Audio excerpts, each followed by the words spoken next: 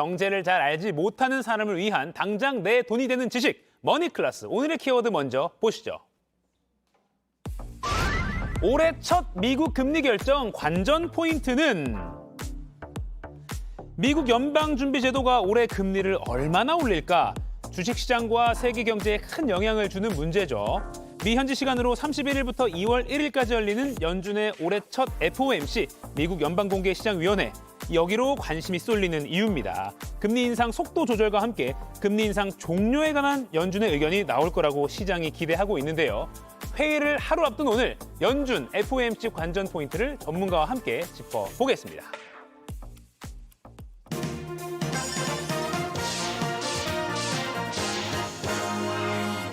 대한민국 최고의 연준 해설사 오건영 신한은행 WM본부 팀장 모셨습니다. 안녕하세요. 네, 안녕하세요. 와, 이 경제에 관심 있는 분들께는 워낙 유명하신 전문가 분인데 저희 상암동 클래스에 처음 나오셨습니다. 네, 불러주셔서 앞으로 감사합니다. 잘 부탁드리고 기대가 큽니다. 네, 계속 좀 나오게 해드리려고 이렇게 멘트를 넣었습니다. 자, 미 연준 지난해 아주 강한 금리 인상을 이어갔습니다.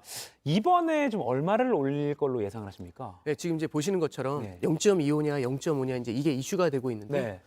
시장에서는 현재 시장 참여자들의 상당수가 0.25% 인상의 무게를 좀 두고 있습니다. 네. 가장 큰 이유인즉슨 연준은 이미 상당히 오래전부터 지난해 한 11월, 12월부터 금리 인상에 대한 감속이 필요하다 이제 이런 얘기를 해왔거든요. 네.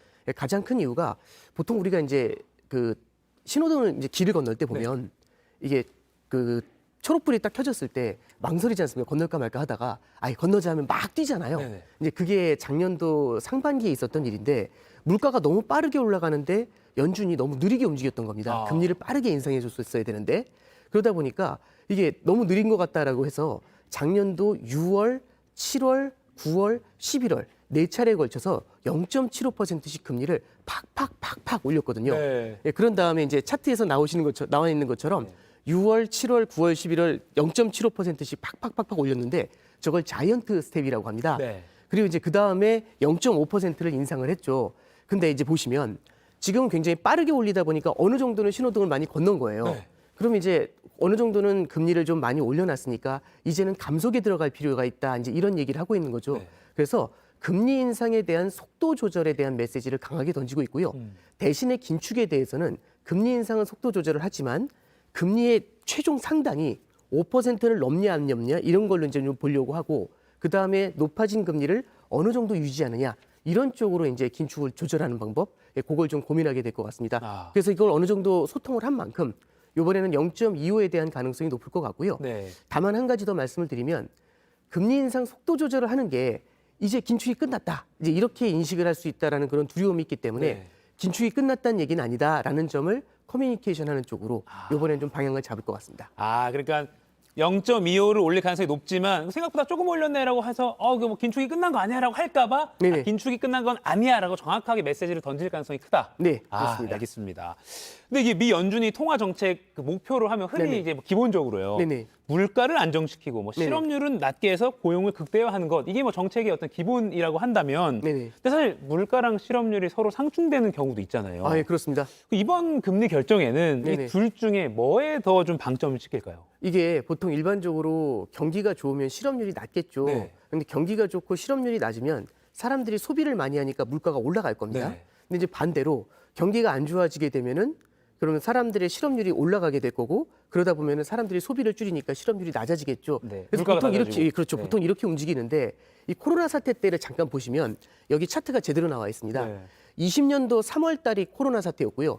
그때 파란색 선이 실업률인데 네. 실업률이 14.7%까지 올라갔죠. 네. 그러면 이렇게 보시면 될 것 같아요. 물가는 2% 정도가 목표선인데요. 2%보다 훨씬 더 밑에 빨간 선이 물가입니다. 네. 밑으로 확 주저앉아 버렸죠.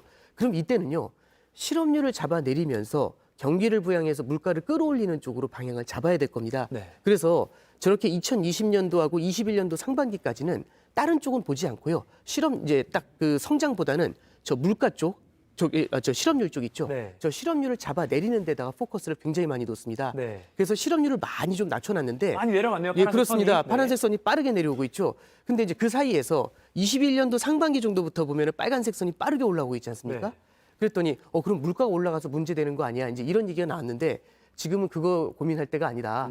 실업률을 좀 더 내리는 데 포커스를 둬야 된다라고 해서 작년도 상반기에는 빨간 선보다는 파란 선에다가 집중을 좀 많이 했었습니다. 네. 근데 이제 문제가 뭐냐면 실업률은 3.5%면은 지금 반세기 최저치거든요. 네. 굉장히 성장은 탄탄한 편입니다. 고용은. 근데 문제는 물가 상승세가 보시면 9.1까지 올라가 있는 거죠. 그러니까 이제는 어떻게 보면은 과거에는 실업률이 가장 큰 문제였는데 이제는 고용이 더 이번에는 오히려 물가를 잡는 게 더 문제다라고 해가지고 지금은 물가 이제 실업률이라든지 이런 쪽보다는 물가 쪽에다 초점을 맞추는 이제 그런 모습을 보이고 있습니다. 아, 물가. 네. 이번에 금리 결정 키포인트도 물가에 조금 더 무게를 네, 둬서 고려할 그렇습니다. 거다. 네네. 알겠습니다. 근데 그간에 이제 머니클래스에서도 많이 뭐 전문가들께서 말씀하신 게 네네. 미국이 금리를 한 3월까지 한 번 더 올리고 멈출 네. 거다. 그러니까 3월 정도면 금리 속도가 완전히 올리는 속도가 이제 정지할 거다라고 전망을 많이 하셨는데 네네. 그 로이터 통신 기사도 보면요. 네네. 뭐 물가 상승 둔화로 3월에 금리 인상 끝낼 듯 이렇게 전망 기사가 얼마 전에 나왔습니다. 아, 네네. 우리 오 팀장님께서는 어떻게 네, 전망하시나요? 저도 3월에 끝냈으면 참 좋겠는데 아, 네네네. 이게 이제 만만치가 않은 게 정해져 있는 미래는 없다라고 생각을 합니다. 이제 어떤 말씀이냐면 아까 전에 그 차트를 보시면은 물가 상승률이 9.1까지 올라갔다가 이게 6.5까지 내려오는 걸 볼 수 있었거든요. 6개월 만에 6.5%면은 9.1에서 6.5면 한 2%가 넘게 떨어졌지 않습니까? 그럼 사람들이 그걸 보면서 예측을 하게 됩니다. 6개월에 2.5씩 떨어지면 지금부터 6개월 지나면 올해 한 7월 정도면은 한 4. 그다음에 올해 말 정도면 물가 목표치인 2%로 돌아오는 거 아니야? 이제 이런 기대를 갖고 있는 거죠. 네. 그럼 이제 이거 거의 끝난 거 아니겠느냐? 이제 이런 기대감을 갖고 있는 거고요. 그럼 물가가 이제 확실히 둔화되는 게 눈에 보이니까 이제 얼마 안 남았다. 긴축은 이제 3월이나 4월 정도에 종료해도 되는 거 아니냐? 네. 이제 이런 얘기가 나온 건데 여기서 하나 좀 말씀을 드리면 이런 겁니다. 그러니까 정해져 있는 미래가 없다라는 건 물가가 9.1에서 6.5로 내려올 때의 속도하고 네. 그 다음에 4에서 2로 내려올 때의 속도가 과연 같을까? 이런 얘기거든요. 설거지를 할 때도 보면은 물만 뿌려도 막 처음에는 설거지가 좀 많이 되지 않습니까? 맞아요. 막 김치국물 다 네, 그렇죠. 쓰죠. 네. 근데 문제는 이 접시를 갖다가 렌지에 돌리면 이게 치즈가 이렇게 늘어붙는 거 있죠. 이런 건 물 뿌려서 되는 게 아니라 막 이렇게 스크럽을 한참 해줘야지 맞아요. 그래야 털어져 나가잖아요. 가장 중요한 거는 지금 미국의 고용 시장이 굉장히 탄탄합니다. 고용 시장이 탄탄하면 임금이 올라가는데 임금은 다른 어떤 자산보다도 하방 경직성이 높죠. 그게 무슨 얘기냐면 임금은 한 번 올라가면 쉽게 내려오질 않습니다.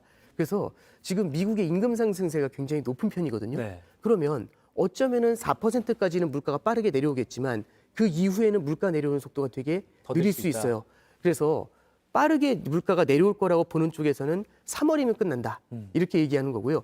생각보다 거기서부터는 속도가 느려질 거라고 보는 사람들은 아직은 신중해야 된다. 이렇게 평가를 하고 있는 겁니다. 아, 이 오 팀장님이 그 설거지 아까 치즈 눌러붙은 접시 닦는 거를 비유를 해 들어주시니까 네네. 뭔가 이해가 더 편한 것 같습니다. 네네. 그러니까 4에서 2로 내려갈 때는 어떻게 될지도 모른다. 네, 그렇죠. 알겠습니다. 마지막 질문입니다. 시간이 네네. 빨리 가는데요. 새해 들어서 코스피가 11%나 올랐습니다. 뭐 네네. 월간 상승률로 따지면 2020년 11월 이후에 2년여 만에 뭐 가장 높은 수치다라고 네네. 평가가 나오는데 지금 이런 상황에서 좀 투자 방향을 좀 어떻게 잡아야 될지 시청자 여러분께 마지막으로 조언 좀 해주시죠. 네, 이제 최근에 저도 이제 많은 분들하고 인터뷰를 하다 보면 네. 가장 많이 말씀하시는 게 이게 외국인들의 매수세도 빠르다 보니까 이런 게 있어요. 내가 모르는 무언가 있다. 그러면은 막 주가가 올라가고 외국인들이 산다고 하니까 내가 모르는 무언가를 외국인이 알고 있다. 이렇게 생각하면서 추격 매수라고 하죠. 네. 그러면 포트폴리오에서 안전자산하고 위험자산을 갖고 계시던 분들이 안전자산인 예금을 줄이면서 주식으로 확 따라붙는 이제 이런 모습들이 나타납니다. 이런 것들을 전 이제 쏠림 투자라고 얘기를 하는데요. 저는 매크로 환경이라는 것에 대해서 물론 낙관적인 면도 봐야 되겠지만 그러지 않게 되는 케이스도 봐야 된다라고 생각을 합니다. 방금 전에 제가 물가에 대해서 말씀을 드렸을 때 이 물가라는 게 빠르게 내려올 수도 있지만 그렇지 않을 가능성들도 있죠. 매크로 경제 환경이 굉장히 빠르게 바뀌고 있습니다. 네. 하나하나의 뉴스에 따라서 여기에 대한 시장의 관심도도 달라지고 있거든요. 그래서 저는 한두 가지 뉴스를 보면서 확실하게 뭐 따라붙고 이런 것들보다는 신중하게 분산 투자를 하면서 쏠림에 대해서 경계를 하는 것. 이게 가장 필요한 자세가 아닐까 그렇게 생각을 합니다. 아, 쏠림에 대해서 경계해라. 외국인 매수 보고 뭐 있는 거 아니야라고 생각하지 말고 네네. 신중하게 결정해라. 네네. 알겠습니다. 지금까지 오건영 신한은행 WM 본부 팀장과 이야기 나눠봤습니다. 고맙습니다. 네, 감사합니다.